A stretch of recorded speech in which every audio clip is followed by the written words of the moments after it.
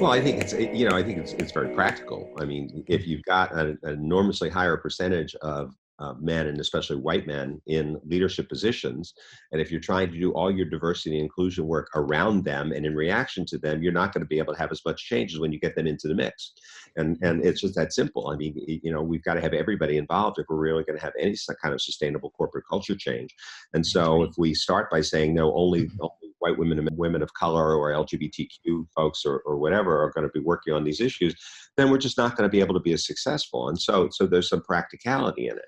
I think that the other is that we realize that when we are in partnership, when we're standing side by side, our ability to address issues is much more fulsome. Mhm. You get a more rounded perspective. One of the things a number of my more progressive clients are starting to do is to shift, for example, the way they do their employee resource groups or business resource groups from being identity oriented to being issue Mhm. oriented. So for Yes. example, rather than having a women's ERG, employee resource group, have a gender equity employee resource group where Mhm. men and women who are both committed to gender equity can participate. And it doesn't mean you still can't have some times when they have individual time. So one organization that was doing this, nearby here, a physics lab that I've worked with, created their gender equity group that way. And at the beginning of all their meetings, the men started alone, the women alone. They spent some time talking about what had been going on for maybe for 45 minutes.